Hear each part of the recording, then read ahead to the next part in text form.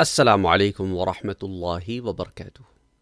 Yesterday we talked about a letter of the King Tubba I that was written for Prophet Muhammad sallallahu alaihi wasallam. Abu Layla is the companion who delivered the letter to Prophet Muhammad sallallahu alaihi wasallam. A brother asked a very interesting question. He said, in your story, you said Sayyidina Ali radiallahu anhu read the letter to Prophet Muhammad sallallahu alaihi wasallam when Sayyidina Ali radiallahu anhu was still in Mecca when the Prophet left for Medina. So how is it possible that he was able to join the Prophet? Now there are two different kinds of narrations in this regard. One narration states that it was Sayyidina Ali radiallahu anhu that read the letter to Prophet sallallahu alaihi wasallam. That letter was written by Tubba, as comes in Sharf al-Mustafa.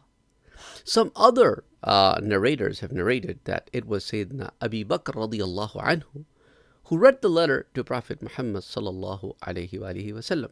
So there are two different people's names that come in this regard.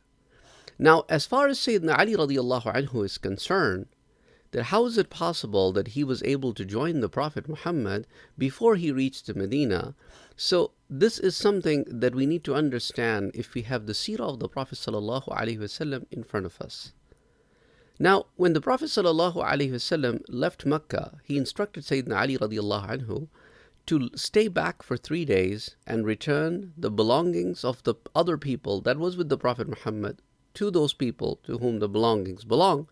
And remember, the 3 days Sayyidina Ali radiallahu anhu stayed in Mecca, and the Prophet sallallahu alaihi wasallam also stayed in the cave Thawr for 3 days.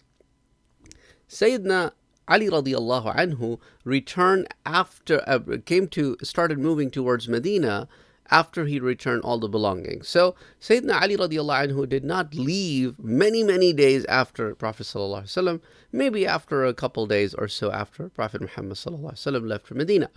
Now Prophet Muhammad took a longer route, which is called Darul Hijrah, towards the Tariq al-Hijrah, towards Yathrib. Back in those days, that's what the name of the city was, which is now called Medina.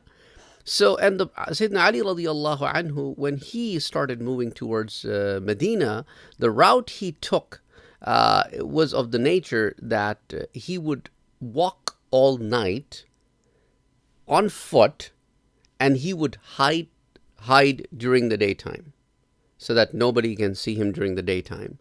So he would walk all night on foot and he would hide during the day. So this is the route he took. Now, when Prophet sallallahu alaihi wasallam entered the area which is called Yathrib, he didn't enter into the city of Medina right away. You probably all know that Prophet sallallahu alaihi wasallam first entered Quba, the city of Quba, stayed there for a few days, built the masjid of Quba, then traveled and entered to Medina. So when Prophet sallallahu alaihi wasallam was staying in Quba, in the tribe of Amr ibn Auf, Banu Amr ibn Auf, and he was staying in the house of Kulthum, and at that time Sayyidina Ali radiallahu anhu also came and joined the Prophet sallallahu alaihi wasallam during his stay in Quba. And Prophet sallallahu alaihi wasallam, when Abu Layla would have arrived in Quba, that could be one place where Sayyidina Ali radiallahu anhu could have read the letter to Prophet sallallahu alaihi wasallam. That's one particular set of narration.